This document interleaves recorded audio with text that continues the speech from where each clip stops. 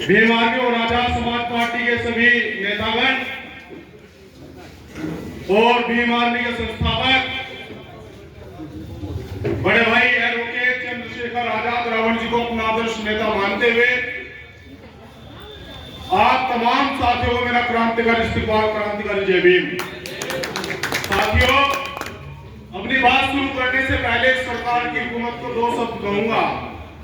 क्यों मुझे जालिम का तरफदार नहीं लिख सकते, कम से कम लाचार नहीं लिख सकते, और जहां हथेले पे ले बोलता हूं वो सच, वो इस देश के अखबार नहीं लिख सकते।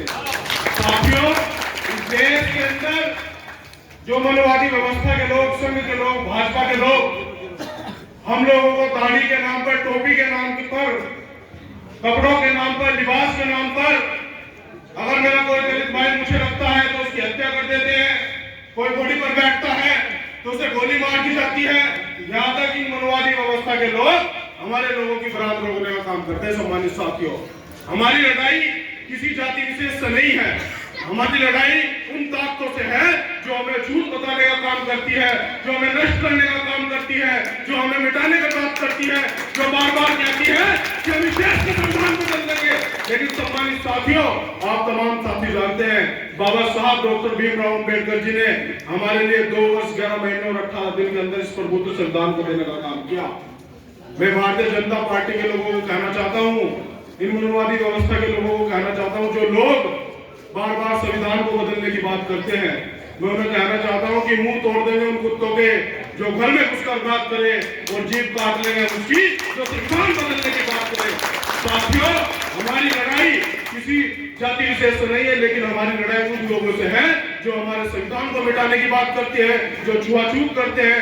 लेकिन साथियों, मैं धन्यवाद देता हूँ अनवर प्रधान जी का और साहिब भाई का और प्रवीण भाई का कि ये मेरे पास पहुंचे थे घर और इन्होंने कहा कि हम अपने पूरे परिवार के साथ, अपने पूरे कुनबे के साथ इस आजाद समाज पार्टी का दामन थामने का काम करें। मैं इनका भी तहे दिल से धन्यवाद करता हूं।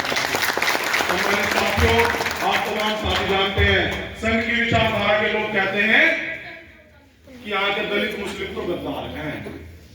तो मैं पूछना चाहता हूं कि कुरान में लिखा है कि अगर हमारा पड़ोसी भी भूखा है तो सबसे पहले हमें भी रोटी खाने का कोई अधिकार नहीं है। वो लोग गद्दार नहीं हो सकते। साथियों, कुरान में लिखा है कि अगर नंगे को कपड़े पिराने का नाम ही कुरान है। साथियों, भूखे को रोटी खिलाने का नाम ही कुरान है। साथियों, अगर इस देश के अंदर लाल किला किसी ने दिया तो मेरे मुस्लिम समाज के लोगों ने दिया, ये भूलना नहीं चाहिए। साथियों, अगर इस देश के अंदर सबसे पहले अंग्रेजों के साथ लड़ते हुए 1857 में किसी ने सबसे पहले सामने का तो खाना लूटने का काम किया तो मेरे मुस्लिम समाज के लोग थे, और उनकी वजह से ही अंग्रेजों ने उनके एक पेड़ पर एक मौलवी का सिर दिल्ली तक लटकाने का काम किया था। ये हमें सादत भूलनी चाहिए। साथियों, मैं उन्हें कहना चाहता हूँ जो हमारे समाज को बताने का काम करते हैं, और मैं उन्हें